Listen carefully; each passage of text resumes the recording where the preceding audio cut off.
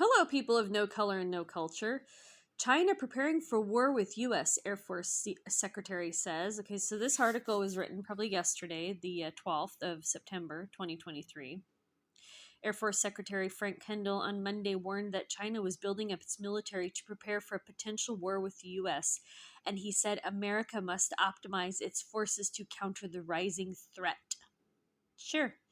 Okay, so we get most of our products from China and we're going to go to war with them? Yeah, that'd be smart. May as well just take a gun and shoot ourselves in the foot. Speaking at the Air and Space Forces Association Warfighter Symposium at National Harbor, Maryland, Kendall said the U.S. must be ready for a kind of war we have no modern experience with, though he stressed war is not inevitable.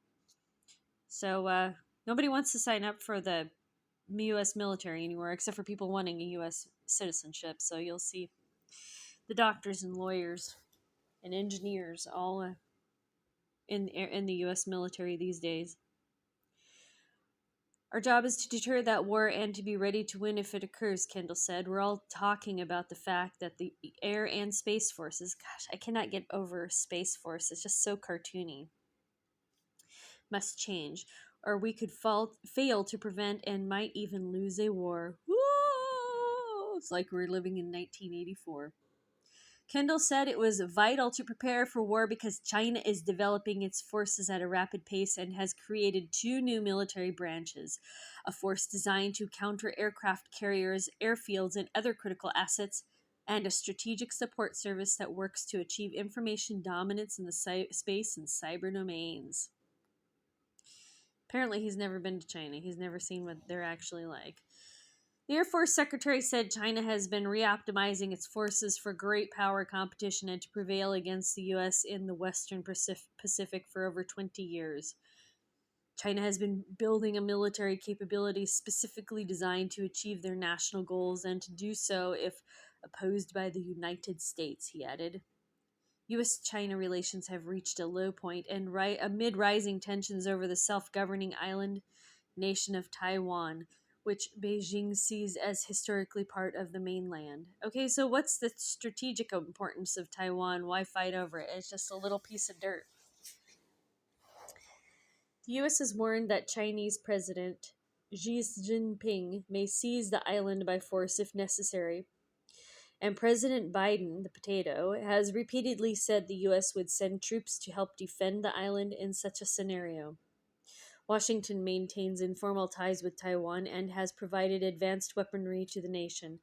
Kendall joins other Pentagon and U.S. military officials in warning of a potential war with China, possibly in this decade.